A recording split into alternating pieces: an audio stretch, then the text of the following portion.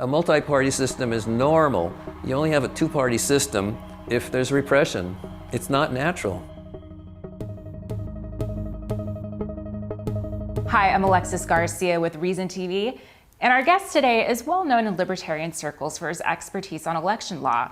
You can basically say he's the guru of third parties and ballot access. He's also the publisher and editor of Ballot Access News. I'm here with Richard Winger. Now, Richard, it's so great to talk to you. And, I've heard you introduced so many times as the walking encyclopedia of election law. How does one become involved in that, and why did you start Ballot Access News? This is one of the things that anchors me being a libertarian. Before the government got involved in printing ballots, we had total freedom. And we didn't have government printed ballots until 1889. But parties mostly printed up ballots and distributed them to anybody that wanted. And if you used a party printed ballot, you were free to scratch off names of people you didn't like and write in somebody else. But we had complete freedom to run for office. You could get into the race the week before the election. There was no filing fees, no declarations of candidacy, no being thrown off the ballot because you made a tiny little mistake. And that's what freedom is. There were disadvantages to that, of course, but ever since the government took it over, they've been using it as a tool of repression. We really pride ourselves on our democracy and our freedom, but is that the case when it comes to actually running for office? There's so many ways in which the United States is near the bottom of democracies, not just about ballot access and treatment of small parties. We're the only country in the world that won't let people register to vote because in the past they committed a crime. Now, I'm not saying all states do that, but some still do. We're the only country in the world where the adult citizens living in the capital city have no voting representation in the national legislative body. We're the only country in the world that has a popular vote to elect the chief executive, but the person who comes in second can still win the election. It's frustrating to me that Americans don't have more awareness of how many big problems there are. And we've seen in this cycle, we have two very unpopular candidates. We have a couple of third-party options that are really kind of picking up traction. What's it been like this cycle for people like Gary Johnson and Jill Stein? Well, of course, both Gary Johnson and Jill Stein are quite happy right now because they're getting unparalleled publicity. It's kind of ironic in this country. Ballot access for president for minor parties and independents has been getting slowly easier. In fact, the number of signatures to get on the ballot in all the states for president is now at the lowest level as a percentage since 1936, which is amazing, really. We keep working and working to improve the laws, and for president, we're slowly succeeding. But ironically, for Congress, it's going the other direction. Now, here's the Libertarian Party on the ballot in all 50 states for president. But how about U.S. House of Representatives? The whole country votes on that, too. And there's only about 1/4 of the districts this year that will see a Libertarian on their ballot for U.S. House. A little-known fact is the ballot access laws for Congress are much worse than president. And they're getting worse.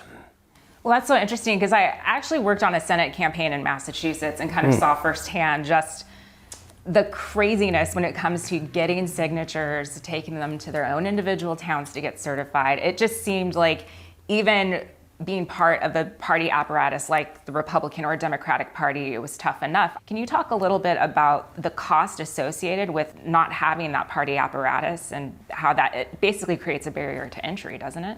Yes, I'm really glad you mentioned Massachusetts. People in Massachusetts have a high opinion of themselves and their state, and they should. Massachusetts is the birthplace of the fight for independence, really is. But Massachusetts, year after year, is the only state where a majority of the U.S. House seats in November only have one candidate on the ballot. In 2014, they have 9 seats. In 6 of them, there was only a Democrat on the ballot. And this year, 5 of them only have a Democrat on the ballot. And the people of Massachusetts, they don't seem to notice there's anything wrong. And for the legislature, always over half the seats only have one person on the ballot. It's because it's so hard to get on a primary ballot in Massachusetts. It's easily the worst in the country. Other states other than Massachusetts that you would say are like really bad offenders? Oh, horrible. The absolute worst ballot access law in the country is Georgia for U.S. House, for an independent or a minor party. The law is so bad, it's 73 years old, and no minor party has ever complied with it in 73 years. And no independent has complied with it since 1964. And while some states make it next to impossible for independent candidates to get on the ballot, others like to change their rules without notice. This happened to Gary Johnson in Ohio after the Secretary of State threatened to keep the Libertarian Party nominee off the ballot. That is so maddening. Ohio law explicitly says people who use the independent candidate petition procedure put a substitution committee on the petition so they can use stand-ins. And the Libertarian Party didn't know who was running for president or vice president until the end of May. And it wanted to get working on the petition. And it's too hard to be a party, so they did the independent petition. So they put stand-ins for president and vice president. And then they go to turn them in, and the Secretary of State acts like he never heard of such a thing, and the newspapers didn't investigate. If they had, they would have seen this had been used by John Anderson in 1980, by the Constitution Party 3 years in a row, 1996, 2000, and 2004, by Ralph Nader in 2004 for vice president. And they act like, oh, the Secretary of State did the Libertarians a big favor by letting them use this thing, which has been used all along. They're so secure with the two-party system, why would they care if there's a third option? There's been unbelievable hostility just in the last few months to minor parties by certain states reinterpreting their rules to make them much worse and doing it at the last minute, so there's no time for the parties to fight back. There's been 13 people in history who ran in major party presidential primaries, and then they ran in the general election as independents.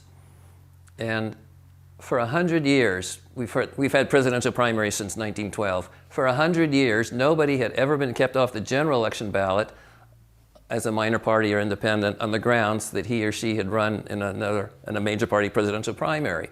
And then they did that to Gary Johnson in Michigan, 2012.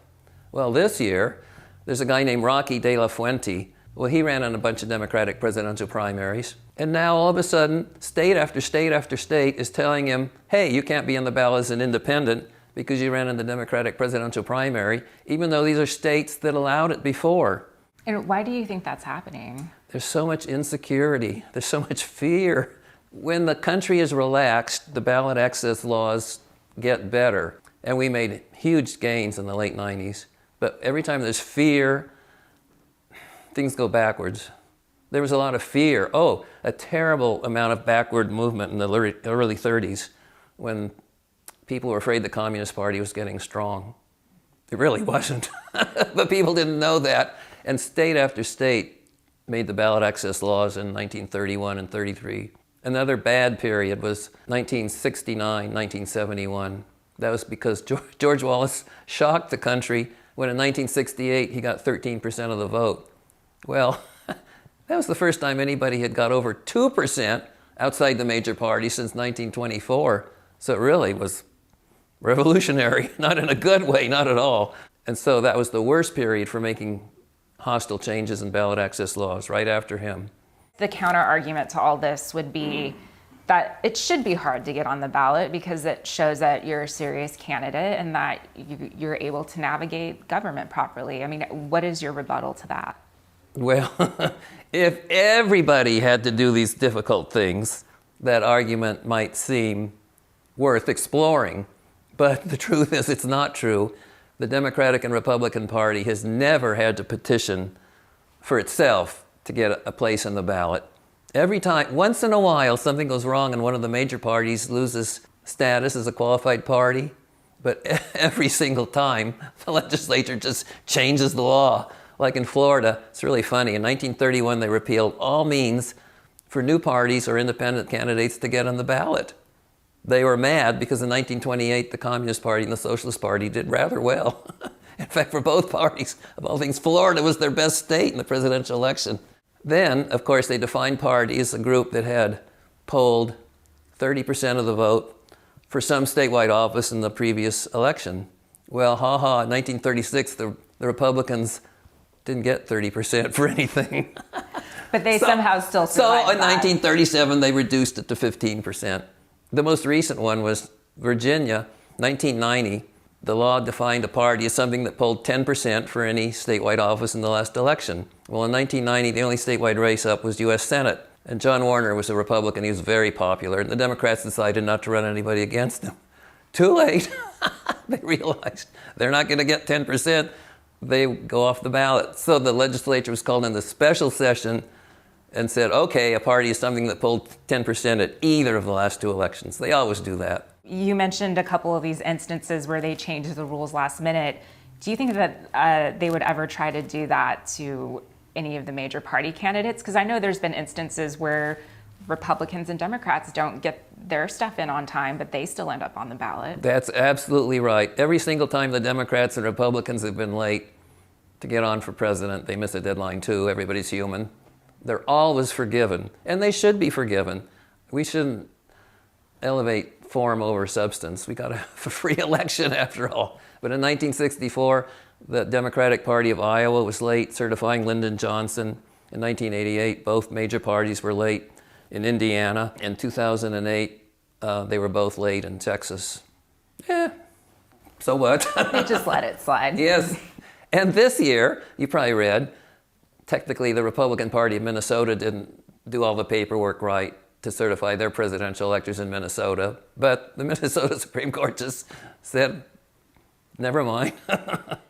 So how does limiting ballot access affect our democracy? And what can be done to change the status quo? Well, we have one of the lowest turnout rates of any free country in the world. You know, in Canada, every district for House of Commons in the 2015 election had at least 5 parties on the ballot. Because in Canada, ballot access is easy and equal.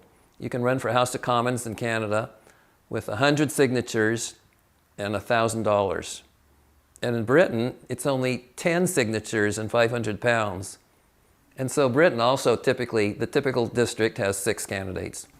And it doesn't crowd the ballot, because I feel like that's a big concern people always talk about. It's like, well, there's just going to be too many names. That's ridiculous. You know, most restaurants have menus that are, you know, way more choices, but somehow people still cope. Richard, thank you so much for talking with us today. Oh, Alexis, thank you so much. I enjoyed it. And we've been talking to Richard Winger with Ballot Access News. For ReasonTV, I'm Alexis Garcia.